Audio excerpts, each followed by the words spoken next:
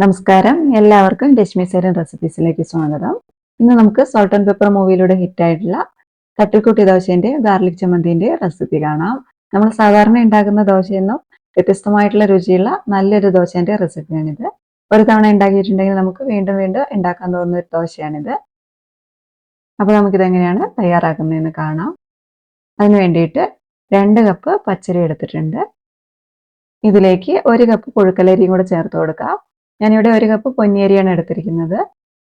ഏത് പുഴുക്കലരി വേണമെങ്കിലും നമുക്ക് ഉപയോഗിക്കാം. നമ്മൾ സാധാരണ ഉപയോഗിക്കുന്ന കുത്തരിയോ അതല്ലെങ്കിൽ റേഷൻ കടയിൽ നിന്ന് കിട്ടുന്ന പുഴുക്കലരിയോ ഏത് വേണമെങ്കിലും ഉപയോഗിക്കാം. ഇതൊന്ന് അമർത്തി തിരുമ്മി നന്നായിട്ടൊന്ന് കഴുകി ഇതിലെ വെള്ളമൊക്കെ കളഞ്ഞെടുക്കാം. ഇനി ഇതിലേക്കൊരു 6 കപ്പ് വെള്ളം ഒഴിച്ചിട്ടൊന്ന് കുതിരാനായിട്ട് മാറ്റി വെക്കാം.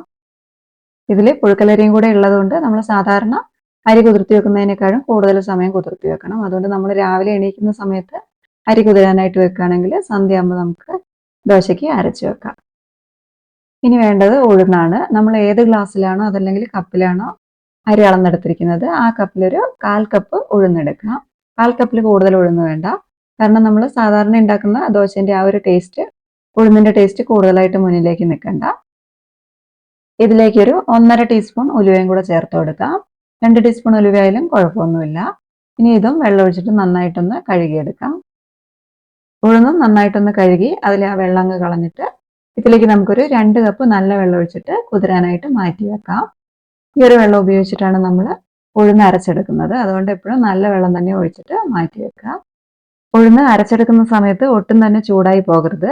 നമ്മൾ മിക്സിൻ്റെ ജാറിലിട്ടിട്ട് അടിക്കുന്ന സമയത്ത് എങ്ങനെയാണെങ്കിലും ഉഴുന്ന് ചൂടായി പോകും. അതുകൊണ്ട് നമ്മൾ അരയ്ക്കുന്നതിന് കുറച്ച് മുൻപായിട്ട് ഒരു മണിക്കൂറൊക്കെ മുൻപേ ഇതൊന്ന് ഫ്രിഡ്ജിലേക്ക് എടുത്തു വെക്കുകയാണെങ്കിൽ നമ്മൾ കുതിരാനായിട്ട് വെച്ചിരുന്ന വെള്ളവും ഉഴുന്നൊക്കെ ഒന്ന് തണുത്ത് കിട്ടും. എന്നിട്ട് ജാറിലിട്ടിട്ട് അടിക്കുകയാണെങ്കിൽ ഉഴുന്നൊട്ടും തന്നെ ചൂടായി വരില്ല. ഇതിപ്പോൾ കുതിർത്തിയെടുത്തിരിക്കുന്ന ഉഴുന്നാണ്. ഇത് നമുക്ക് ജാറിലേക്ക് ഇട്ട് കൊടുത്തിട്ടൊന്ന് ആ വെള്ളത്തോടു കൂടി ഒന്ന് അരച്ചെടുക്കാം. കുറച്ച് ഉഴുന്നല്ലേ ഉള്ളൂ, അതുകൊണ്ട് മിക്സിൻ്റെ ചെറിയ ജാറിലിട്ടിട്ട് അടിക്കുകയാണെങ്കിൽ പെട്ടെന്ന് തന്നെ അരച്ചെടുക്കാനായിട്ട് പറ്റും. കുതിർത്തിരിക്കുന്ന വെള്ളം മുഴുവനായിട്ട് എടുത്തിട്ടില്ല, കുറച്ച് വെള്ളം മാത്രം ഒഴിച്ചിട്ടാണ് അരച്ചെടുക്കുന്നത്. ബാക്കിയുള്ള വെള്ളം നമുക്ക് അരി അരയ്ക്കുമ്പോൾ അതിലേക്ക് ഒഴിച്ചിട്ട് അരച്ചെടുക്കാം. ഉഴുന്നിവിടെ അരച്ചെടുത്തിട്ടുണ്ട്. ഇനി നമുക്കിത് മാവ് പൊങ്ങാനായിട്ട് വെച്ചിരിക്കുന്ന പാത്രത്തിലേക്ക് ഒഴിച്ചു കൊടുക്കാം. ഇനി അരി അരച്ചെടുക്കണം. കുതിർത്തി വെച്ചിരിക്കുന്ന ആ വെള്ളം അങ്ങ് ഊറ്റിക്കളഞ്ഞതിന് ശേഷം അരി മാത്രം ജാറിലേക്ക് ഇട്ട് കൊടുക്കാം. ഇതിലേക്ക് നേരത്തെ ഉഴുന്ന് കുതിർത്തി വെച്ചിരിക്കുന്ന വെള്ളം ബാക്കിയുള്ളതും കൂടെ ഒഴിക്കാം. അതിൻ്റെ കൂടെ തന്നെ ഒരു 1/2 കപ്പ് ചോറും കൂടെ ചേർത്ത് കൊടുക്കാം. ഏത് ചോറാണെങ്കിലും കുഴപ്പമില്ല, വെള്ളച്ചോറോ കുത്തരീൻ്റെ ചോറോ ഏതായാലും കുഴപ്പമില്ല. ഇതിലേക്ക് അരിൻ്റെ ഒപ്പം നെകക്കെ വെള്ളം നിൽക്കുന്ന രീതിയിൽ വെള്ളം കൂടി ഒഴിച്ചു കൊടുക്കുക. ഞാനിവിടെ 1 കപ്പ് വെള്ളം കൂടി ഒഴിച്ചു കൊടുക്കുന്നുണ്ട്. എന്നിട്ടിത് നന്നായിട്ടൊന്ന് ഒട്ടും തരിയില്ലാതെ അരച്ചെടുക്കുക. നമ്മൾ സാധാരണ പച്ചരി അരയ്ക്കുന്നതിനേക്കാളും കുറച്ചും കൂടി ഒരു സമയം എടുക്കും. കാരണം നമ്മളിതിൽ പുഴുക്കലരിയാണല്ലോ ചേർത്തിട്ടുള്ളത്. മൊത്തം ഈ ഒരു അരി ഉഴുന്ന് അരയ്ക്കുന്നതിന് വേണ്ടിയിട്ട് 3 കപ്പ് വെള്ളമാണ് ഞാൻ ഉപയോഗിച്ചിട്ടുള്ളത്. ആദ്യം നമ്മൾ ഉഴുന്ന് കുതിരാനായിട്ട് വെച്ചിരുന്ന 2 കപ്പ് വെള്ളം, പിന്നെ 1 കപ്പ് വെള്ളം കൂടുതലായിട്ടും കൂടെ ഒഴിച്ചു കൊടുത്തിട്ടാണ് അരച്ചെടുത്തിരിക്കുന്നത്. അരച്ചെടുത്തിരിക്കുന്ന മാവ് നമ്മൾ നേരത്തെ ഉഴുന്നൊഴിച്ച് വെച്ചിരിക്കുന്ന ആ പാത്രത്തിലേക്ക് തന്നെ ഒഴിച്ചു വെക്കാം. നമ്മൾ ഓരോരുത്തരും എടുക്കുന്ന അരിയുടെ വ്യത്യാസത്തിനനുസരിച്ച് വെള്ളത്തിൻ്റെ അളവിലും ചെറിയ വ്യത്യാസങ്ങളൊക്കെ ഉണ്ടാകും. അപ്പോൾ നമ്മൾ എപ്പോഴും അരിയുടെ നെകക്കെ വെള്ളം ഒഴിച്ചിട്ട് അരയ്ക്കുകയാണെങ്കിൽ നമുക്ക് പാകത്തിന് ലൂസിനുള്ള മാവ് കിട്ടിക്കോളും. ഇതിപ്പോൾ അരി അരച്ചതും ഉഴുന്നരച്ചതും വേറെ വേറെ ആയിട്ടാണ് കിടക്കുന്നത്. അതുകൊണ്ട് ഉഴുന്ന് അരിൻ്റെ എല്ലാ ഭാഗത്തേക്കും ആവുന്ന രീതിയിൽ നന്നായിട്ടൊന്ന് കൈ ഉപയോഗിച്ചിട്ട് തന്നെ ഒരു 5 മിനിറ്റ് ഒന്ന് നല്ലോണം ഒന്ന് ഇളക്കി യോജിപ്പിച്ചെടുക്കുക.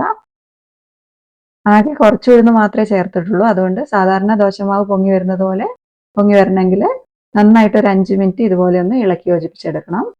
നമ്മുടെ കൈയിൻ്റെ ചൂടും അതുപോലെ തന്നെ കയ്യിലുള്ള നല്ല ബാക്ടീരിയ ഒക്കെ മാവ് പുളിക്കുന്നതിന് സഹായിക്കും. ഇപ്പോൾ മാവ് നന്നായിട്ടൊന്ന് ഇളക്കി യോജിപ്പിച്ചെടുത്തിട്ടുണ്ട്. ഇനി ഇത് അടച്ചു വെച്ചിട്ട് പൊങ്ങാനായിട്ട് മാറ്റി വെക്കാം. ഇതേപോലെ ഒരു പാത്രത്തിൽ കുറച്ച് ചൂടുവെള്ളം എടുത്തിട്ട് അതിന് മുകളിലേക്ക് മാവ് വെക്കുകയാണെങ്കിൽ മാവ് നന്നായിട്ട് പൊങ്ങി വന്നോളും. സന്ധ്യയ്ക്കൊക്കെ മാവ് കലക്കി വെക്കുകയാണെങ്കിൽ രാവിലെ ആകുമ്പോഴേക്കും നമുക്ക് ദോശമാവ് നന്നായിട്ട് പൊങ്ങി കിട്ടിക്കോളും. സാധാരണ ദോശമാവ് ഒരു 8 മണിക്കൂറൊക്കെ ആകുമ്പോഴേക്കും നന്നായിട്ട് പൊങ്ങി വരും. ഇതൊരു 12 മണിക്കൂറൊക്കെ എടുക്കും ഇതേപോലെ നന്നായിട്ട് പൊങ്ങി വരാനായിട്ട്. മാവ് കണ്ടില്ലേ, അതിൻ്റെ പരുവം നോക്ക്, നല്ല സോഫ്റ്റ് ആയിട്ട് നല്ലോണം പൊങ്ങി വന്നിട്ടുണ്ട്. ഇത് നമ്മൾ ഉപ്പ് ചേർക്കാതെയായിരുന്നു അരച്ച് വെച്ചിരുന്നത്. അതുകൊണ്ട് നമുക്കിതിലേക്കൊരു 1 ടീസ്പൂൺ ഉപ്പും കൂടെ ചേർത്ത് കൊടുക്കാം. ആദ്യം ഒന്ന് മുകളിൽ വെച്ചിട്ട് തന്നെ ഒന്ന് പതുക്കെ ഇളക്കി യോജിപ്പിച്ചതിന് ശേഷം മൊത്തത്തിൽ അങ്ങ് ഇളക്കിയെടുത്താൽ മതി. അല്ലെങ്കിൽ ഉപ്പ് അവിടെ ഇവിടെയായിട്ട് കട്ട പിടിച്ച് നനയാതെ കിടക്കും. അല്ലെങ്കിൽ കുറച്ച് വെള്ളത്തിൽ കലക്കിയിട്ടൊന്ന് ഒഴിച്ചു കൊടുത്താലും മതി. നമ്മൾ അരയ്ക്കാനെടുത്തിരിക്കുന്ന വെള്ളത്തിൻ്റെ അളവ് പാകമായിരുന്നു, അതുകൊണ്ട് നമുക്ക് ഈ ഒരു അളവിലാണ് കിട്ടിയിരിക്കുന്നത്. ഇനി അഥവാ കുറച്ച് ടൈറ്റായി പോവുകയാണെങ്കിൽ ഈ ഒരു സമയത്ത് നമുക്ക് കുറച്ച് വെള്ളം ചേർത്തിട്ടൊന്ന് ലൂസാക്കി എടുക്കാം. ഉപ്പ് നോക്കിയപ്പോൾ ഇച്ചിരി കുറവാണ്, അതുകൊണ്ട് ഞാനൊരു 1/4 ടീസ്പൂൺ ഉപ്പും കൂടെ ചേർത്തിട്ട് ഒന്നും കൂടി അങ്ങ് മിക്സ് ചെയ്തെടുക്കുകയാണ്. ഇനി നമുക്ക് ദോശ ഉണ്ടാക്കിയെടുക്കാം. അതിന് വേണ്ടിയിട്ട് ഒരു കാസ്റ്റ് അയണിൻ്റെ ദോശക്കല്ല് അടുപ്പിലേക്ക് വെച്ചിട്ടൊന്ന് ചൂടാക്കിയെടുക്കാം. ഇതിലേക്ക് കുറച്ച് നല്ലെണ്ണയൊന്ന് ഒഴിച്ചിട്ടൊന്ന് തടവി കൊടുത്തതിന് ശേഷം നമുക്ക് ഒരു തവി മാവ് ഒഴിച്ചു കൊടുക്കാം. ഇത് ഒരുപാടൊന്നും പരത്തി കൊടുക്കേണ്ട ആവശ്യമില്ല, ഒന്നങ്ങ് പ്രസ് ചെയ്ത് കൊടുത്താൽ മാത്രം മതി. 2-3 സെക്കൻഡ് കഴിയുമ്പോഴേക്കും ഇതേപോലെ ഹോൾസ് ഒക്കെ മുകളിലായിട്ട് വരുന്നതായിട്ട് കാണാം. ഈ ഒരു സമയത്ത് കുറച്ച് എണ്ണയൊന്ന് 2-3 ഡ്രോപ്സ് മതിയാകും, ഒന്ന് ഒറ്റിച്ചു കൊടുക്കാം. ഇനി മുകൾ ഭാഗം പെട്ടെന്നൊന്ന് വെന്ത് കിട്ടുന്നതിന് വേണ്ടിയിട്ട് ഇതുപോലെ ഒരു അടപ്പ് വെച്ചിട്ടൊന്ന് അടച്ചു കൊടുക്കാം. ഇനി അടച്ചില്ലെങ്കിലും കുഴപ്പമൊന്നുമില്ല. ഒരു ഭാഗം ആയി കഴിയുമ്പോൾ നമുക്ക് ഇതേപോലെ ഒന്ന് തിരിച്ചിട്ട് കൊടുക്കാം. എന്നിട്ട് ആ ഭാഗം ഒന്ന് ചെറുതായിട്ടൊന്ന് മൊരിഞ്ഞ് കഴിയുമ്പോൾ നമുക്ക് ദോശക്കല്ലിൽ നിന്ന് മാറ്റാം. കുട്ടി കുട്ടി ദോശയായിട്ടാണ് നമ്മൾ ഉണ്ടാക്കിയെടുക്കുന്നത്. ഇനി വലിയ ദോശക്കല്ലൊക്കെ ആണെങ്കിൽ നമുക്ക് 2-3 ദോശയൊക്കെ ഒരുമിച്ച് ഉണ്ടാക്കിയെടുക്കാം.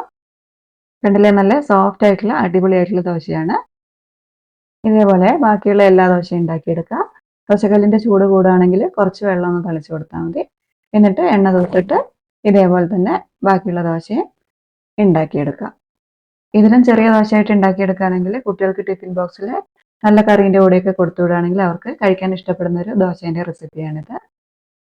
മാവ് ബാക്കിയുണ്ടെങ്കിൽ പെട്ടെന്ന് പൊളിച്ചു പോകുന്നില്ല, നമുക്ക് ഫ്രിഡ്ജിലേക്ക് എടുത്തു വെച്ചിട്ട് ആവശ്യമുള്ള സമയത്ത് തണുപ്പ് മാറിയതിന് ശേഷം വീണ്ടും ഉണ്ടാക്കിയെടുത്താൽ മതി. നല്ലെണ്ണ ഒഴിച്ചിട്ട് ഉണ്ടാക്കിയെടുക്കുകയാണെങ്കിൽ നല്ലൊരു ടേസ്റ്റ് ആയിരിക്കും. ഇനി അതല്ലെങ്കിൽ വെളിച്ചെണ്ണയോ നെയ്യോ ഏതായാലും കുഴപ്പമൊന്നുമില്ല. ഇനി ഇതിൻ്റെ കൂടെ കഴിക്കാൻ ഏറ്റവും നല്ല കോമ്പിനേഷൻ ആയിട്ടുള്ള ഗാർലിക് ചമ്മന്തിയും കൂടെ തയ്യാറാക്കിയെടുക്കാം, വെളുത്തുള്ളി ചമ്മന്തി. അതിന് വേണ്ടിയിട്ട് മിക്സിൻ്റെ ചെറിയ ജാറിലേക്ക് 1 കപ്പ് ചിരകിയ തേങ്ങ എടുത്തിട്ടുണ്ട്. ഇതിലേക്ക് 4 വെളുത്തുള്ളിയും കൂടെ ചേർത്തിട്ടുണ്ട്. അതുപോലെ തന്നെ ഒരു 1/4 ഇഞ്ചിൻ്റെ പകുതി ഇഞ്ചിൻ്റെ കഷ്ണം എടുത്തിട്ടുണ്ട്. പിന്നെ നല്ല എരിവുള്ള 3 പച്ചമുളക് എടുത്തിട്ടുണ്ട്.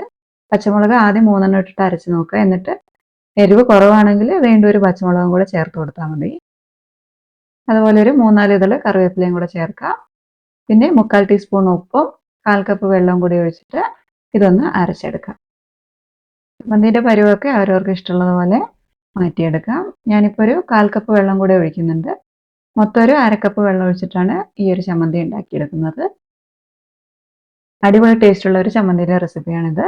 നല്ല എരിവും വെളുത്തുള്ളിൻ്റെയൊക്കെ ടേസ്റ്റുള്ള നല്ലൊരു ചമ്മന്തി. അപ്പോൾ ചമ്മന്തിയുടെ അരച്ചെടുത്തിട്ടുണ്ട്. ഇനി നമുക്കിതൊന്ന് കടുക് വറുത്തും കൂടി ഇടണം. അതിന് വേണ്ടിയിട്ട് ചമ്മന്തി ഒരു പാത്രത്തിലേക്ക് മാറ്റാം. ഇനി കടുക് വറുക്കുന്നതിന് വേണ്ടിയിട്ട് ഒരു ചീനച്ചട്ടി അടുപ്പിലേക്ക് വെച്ചിട്ടൊന്ന് ചൂടാക്കിയെടുക്കാം. ഇതിലേക്ക് 2 ടേബിൾ സ്പൂൺ വെളിച്ചെണ്ണ ഒഴിച്ച് കൊടുക്കുന്നുണ്ട്. വെളിച്ചെണ്ണ ഒന്ന് ചൂടായി വരുമ്പോൾ 1/2 ടീസ്പൂൺ കടുക് ചേർത്ത് കൊടുക്കാം. കടുക് പൊട്ടി വരുമ്പോൾ 2 വറ്റൽമുളക് മുറിച്ചതും 1 തണ്ട് കറിവേപ്പിലയും കൂടെ ചേർത്ത് കൊടുത്തിട്ട് ഒന്നങ്ങ് ഇളക്കിയെടുത്തതിന് ശേഷം നമുക്കിത് ചമ്മന്തിയിലേക്ക് ഒഴിച്ചു കൊടുക്കാം. ചൂടോട് കൂടിയിട്ടുള്ള ഈ എണ്ണ ചമ്മന്തിയിലേക്ക് ചേർത്തിട്ട് നന്നായിട്ടൊന്ന് ഇളക്കി യോജിപ്പിച്ചെടുക്കാം. അപ്പോൾ ആ വെളുത്തുള്ളിൻ്റെയൊക്കെ പച്ചക്കുത്തൊന്ന് നമുക്ക് മാറിക്കിട്ടും. അപ്പോൾ ചമ്മന്തി ഇവിടെ റെഡി ആയിട്ടുണ്ട്. എല്ലാവരും ഈ ദോശയും അതുപോലെ അതിൻ്റെ കൂടെ ഈ ചമ്മന്തി ഒന്ന് തയ്യാറാക്കി നോക്കണം. അതിൻ്റെ കൂടെ വേണമെങ്കിൽ നല്ലൊരു ഇഡലിപ്പൊടിയും കൂടെ ഉണ്ടെങ്കിൽ അടിപൊളിയായിരിക്കും. അപ്പോൾ ഈ റെസിപ്പി എല്ലാവരും ഒന്ന് ട്രൈ ചെയ്ത് നോക്കണം. തീർച്ചയായിട്ടും നിങ്ങൾക്ക് ഇഷ്ടമാകും. എന്തായാലും ഒന്ന് ട്രൈ ചെയ്ത് നോക്കണം. എന്നിട്ട് നിങ്ങൾക്ക് ഇഷ്ടമാവുകയാണെങ്കിൽ നിങ്ങളുടെ അഭിപ്രായം ഒന്ന് താഴെ എഴുതണേ. അതേപോലെ തന്നെ വീഡിയോ ഒന്ന് ലൈക്കും ഷെയറും കൂടെ ചെയ്യണം. കൂടെ തന്നെ ചാനലൊന്ന് സബ്സ്ക്രൈബ് ചെയ്തിട്ട് സപ്പോർട്ടും കൂടെ ചെയ്യണേ. അപ്പോൾ ഇതേപോലെയുള്ള നല്ല റെസിപ്പീസുമായിട്ട് വീണ്ടും കാണാം. നന്ദി.